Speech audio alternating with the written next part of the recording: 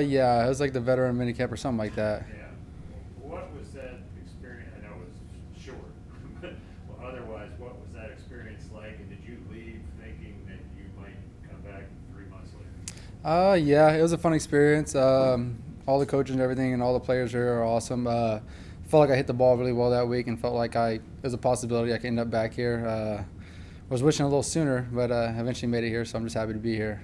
How did the call come about? How did you find out that you were? How did you find out that you were going to be signed here?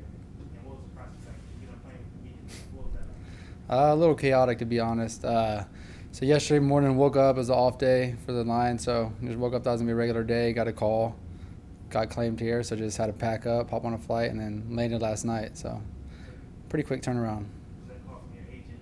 Yeah, it was a call from my agent. We kind of had an idea. Maybe some of the teams might be reaching out just because the way the world and the way the league kind of works. But ultimately, I was happy whenever he told me he was here. I mean, I love the guys around here. I enjoyed my experience here, and I like the city a lot. When you were on a practice squad elsewhere, are you, and I know you all have the fraternity, but is there part of you kind of rooting against some of your fellow kids? I'm a big karma guy, so I think that's a bad karma there. But I'm also that's inner competitiveness in anybody and any athlete. I mean, at this level, all the guys have been the guy for the most part, so you kind of want to be there. But I think it just more so like helps you get better as a player. I mean, competing against the best is a way to get better. So you just try to embrace it and just go from there. What impressions were you left with the other specialists, in the operation, JJ and Joe, as far as what did you take away from that experience? Well, JJ brings a lot of experience. I mean, he's been around forever, I feel like. And he's a great young punter, and he seems to be hitting the ball really well. A great duo there. I'm just happy to be a part of it. Throughout the mini camp when I was here last time, they did a good job with everything. And when I came back this time, it was just more of the same, just right back to work.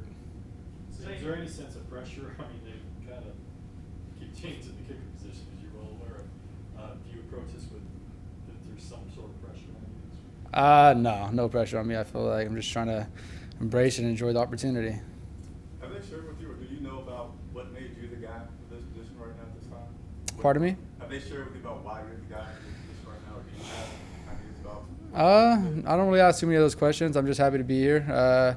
Me and Chase will talk a little bit and kind of get down to little details in our little personal meetings. But I just feel like I proved a lot when I was here in June, and I think I showed well. And I think I was hitting the ball really well. And I think it just showed a lot to Coach Rule and everybody here.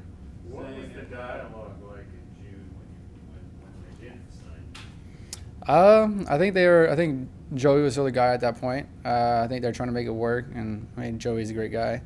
Didn't really work out, so I think eventually it just kind of came back full circle. Another question about that, the June mini camp. Did you, did they keep stats there? Did you get like a 60-yard, or what was? Can you give us some specifics on what you did? They kept stats. I can't really remember the precise kicks, but I left here. I think I was pretty much perfect. Hit the ball great kickoffs, great repetition, felt good, healthy, and all that kind of good stuff. So it was one of those situations where I wish I could have been signed at the time, but everything kind of works out the way it is. Have you been keeping tabs on the Panthers situation ever since they released Slot?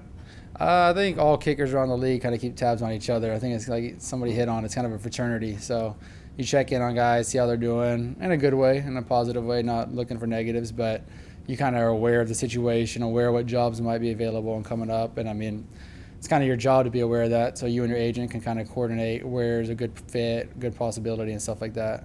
With the way the rules work, you got to be on the roster a certain amount of time. How thankful are you that you kind of have a little bit of security over the next couple of weeks? Anytime you get any security in this league, it's amazing. So I'll take what I can get. Zane, this is the Hispanic Heritage Month in the NFL.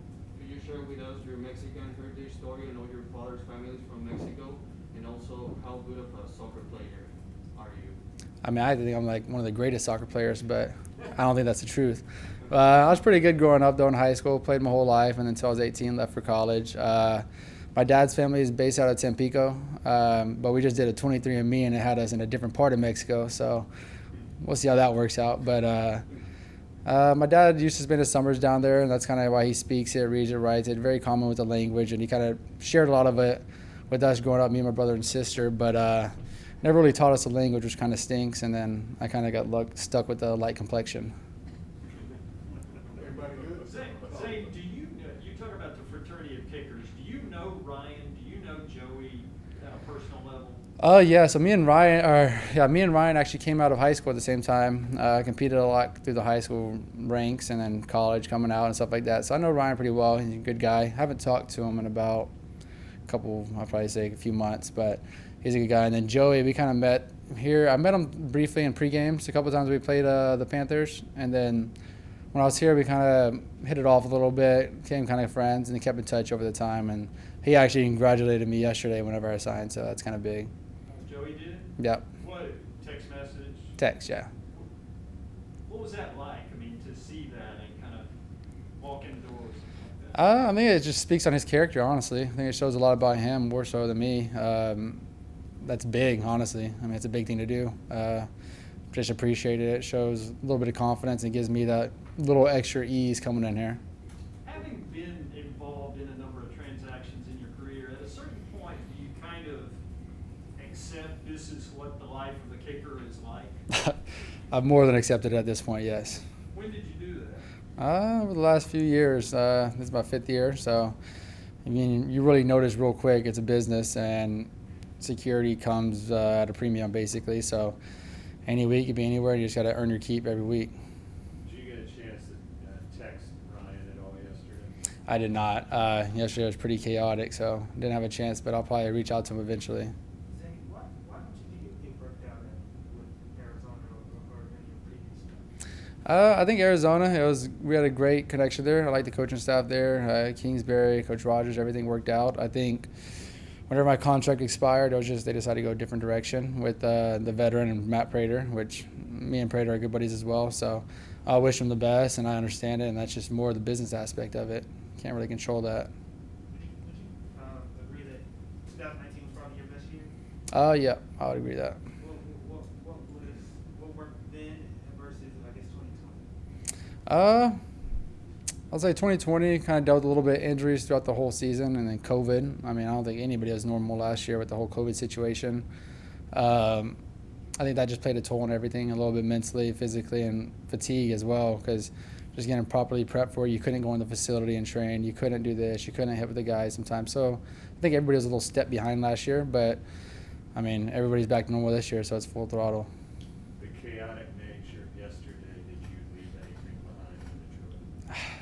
Not that I know of yet, so we'll see. I think I might have left my Amazon Prime Fire Stick remote, but that's about it. Is everybody good? I got one more question. What's probably the biggest difference when you see a kicker, struggle, and like when you see somebody go from like here to here, what's the biggest difference or the biggest factors that affect the kicker? Everybody's different. I can't speak on anybody else. I mean, you go through slumps just like anybody in any career. It's going to be some down times, there's going to be some up times. You just got to figure out a way to get through it. And the guys that get through them the best are the guys that stick around for a while. So